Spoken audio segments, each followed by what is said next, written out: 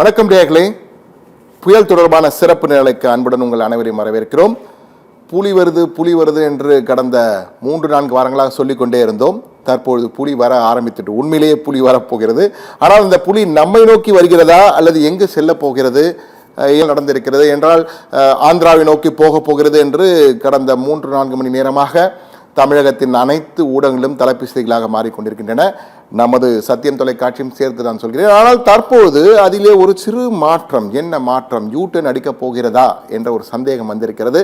ஏனென்றால் அதற்கேற்ப கால வானிலை என்றாலே சட்டென்று மாறக்கூடியது அல்லவா. எனவே எந்த நேரத்திலும் என்ன வேண்டுமானாலும் நடக்கலாம்.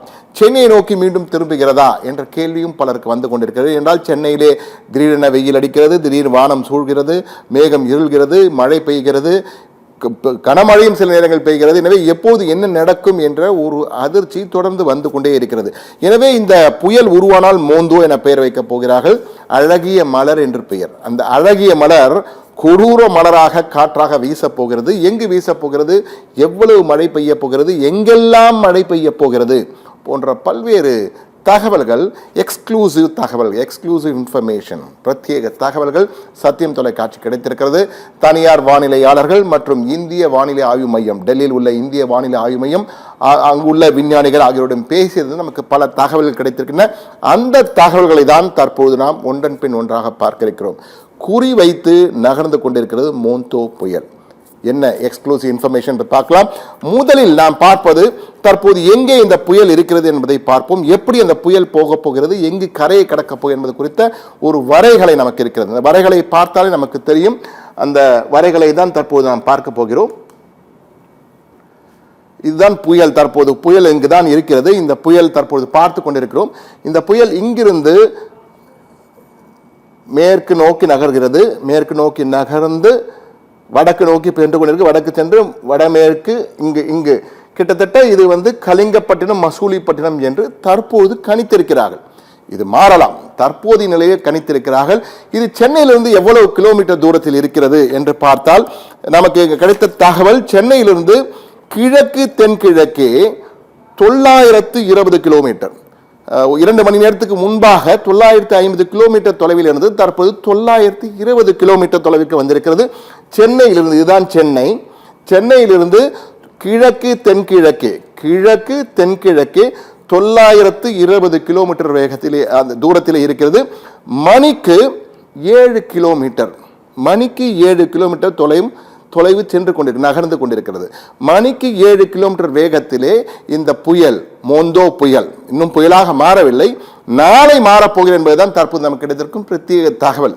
தற்போது இந்திய வானிலை ஆய்வு மையம் 4 மணி நேரத்திற்கு முன்னதாக சொன்ன தகவல், நாளை மறுநாள், அதாவது 27ஆம் தேதி காலை மாறும் என்று எதிர்பார்த்தார்கள். ஆனால் தற்போதைய நிலையிலே புயல் அதாவது காற்றழுத்தமானது வலுப்பெற்றுக் கொண்டே வருவதால் நாளை மாலை அல்லது இரவு, 26ஆம் தேதி மாலை அல்லது இரவே அந்த காற்றழுத்தமானது புயலாக, அதாவது தீவிர காற்றழுத்த மண்டலத்திலிருந்து புயலாக மாறும் என்ற ஒரு தகவல் நமக்கு கிடைத்திருக்கிறது. அந்த தகவலை தான் தனியார் வானிலையாளர்களும் தற்போதைய வரைகளை கணிப்பின்படி உறுதி செய்திருக்கிறார்கள்.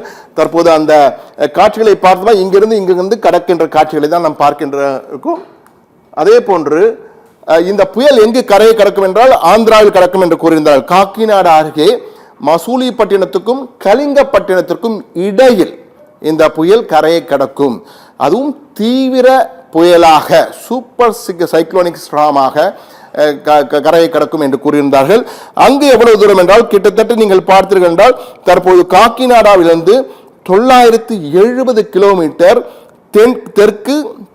தென்கிழக்கே, அதாவது இங்கிருந்து தென்கிழக்கே இருக்கிறது, தெற்கு பகுதி கிழக்கே இருக்கிறது, 970 கிலோமீட்டர் தூரத்தில் இருக்கிறது. எனவே புயல் இப்படியும் போகலாம். இந்த வி ஆர்க் என்பார்களே, இப்படி சென்று கொண்டிருக்கிறது புயல். எனவே எப்படி வேண்டுமானாலும் செல்லக்கூடிய வாய்ப்பு இருக்கிறது. அடுத்ததாக நாம் பார்ப்பது மிக முக்கியமானது. இதுவரை புயல்கள் எப்படியெல்லாம் வந்திருக்கின்றன, சென்னையை தாக்கப் போகின்ற புயல் எப்படியெல்லாம் வந்திருக்கு, சென்னைக்கு அருகே எப்படி கரை கடந்திருக்கிறது, எந்த பக்கம் சென்றிருக்கிறது குறித்த ஒரு மிக முக்கியமான ஒரு வரைகளை இது மிச்சாங் புயல். இதுதான் சென்னைக்கு அருகே சென்னை மிகுந்த பலத்த சேதத்தை ஏற்படுத்தும் என்றெல்லாம் கூறினார்கள். ஆனால் வழக்கம் போல் அது ஆந்திராவுக்கு சென்று நெல்லூர் அருகே கரை கடந்த காட்சி. இதுதான் நிச்சயம்.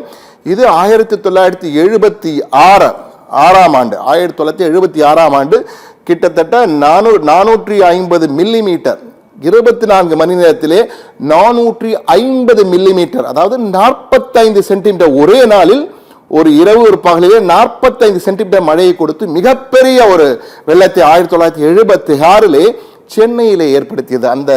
அந்த புயல் இப்படிதான், அதுவும் சென்னை அருகே வரை, சென்னைக்கு அருகே வந்து மழையை கொடுத்து விட்டு ஆந்திராவுக்கு சென்றது. ஆந்திராவில் அது கிட்டத்தட்ட மேற்கு வங்கத்திற்கு சென்றது.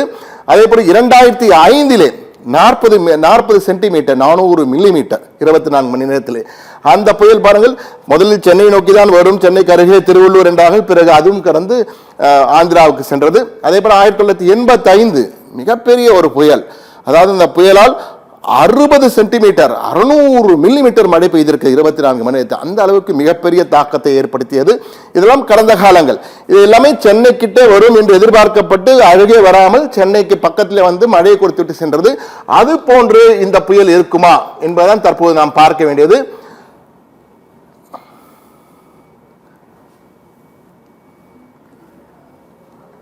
அடுத்ததாக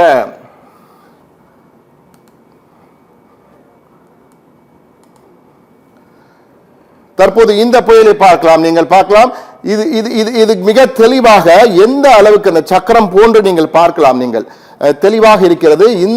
இந்த இடம்தான் சென்னைக்கு அருகே மழை கொடுக்க போவதாக கூறினார்கள். ஆனால் இது அவ்வளவு மழையை கொடுக்குமா சென்னைக்கு என்றால் நிச்சயமாக தற்போதைய நிலையிலே மழை பெய்யும். ஆனால் பெரிய அளவுக்கு மிகப்பெரிய கனமழை, வெள்ளம் வரக்கூடிய அளவுக்கு மழை பெய்யுமா என்றால் நிச்சயமாக அதற்கான வாய்ப்புகள் தற்போதைய கணிப்பின்படி குறைவாக இருக்கிறது. ஆனால் இந்த புயல் தற்போது வந்து கொண்டிருக்கும் புயல் யூ டர்ன் அடிக்குமா? இப்படி வருகின்ற புயல் இப்படி வந்து ஆந்திராவுக்கு போகிறது, இங்குதான் சென்னை இருக்கிறது. எனவே இப்படி வருகின்ற புயல் திருப்பி இப்படி வந்து யூ டர்ன் அடித்து மீண்டும் வங்கக்கடலிலே சென்று விடுமா, அல்லது லெஃப்ட் டர்ன் எடுக்குமா, அல்லது ரைட் டர்ன் எடுக்குமா என்று பல கேள்விகள் வருகின்றன. ஆனால் தற்போதைய நிலைக்கு அதனுடைய பாதை இப்படிதான் இருக்கிறது.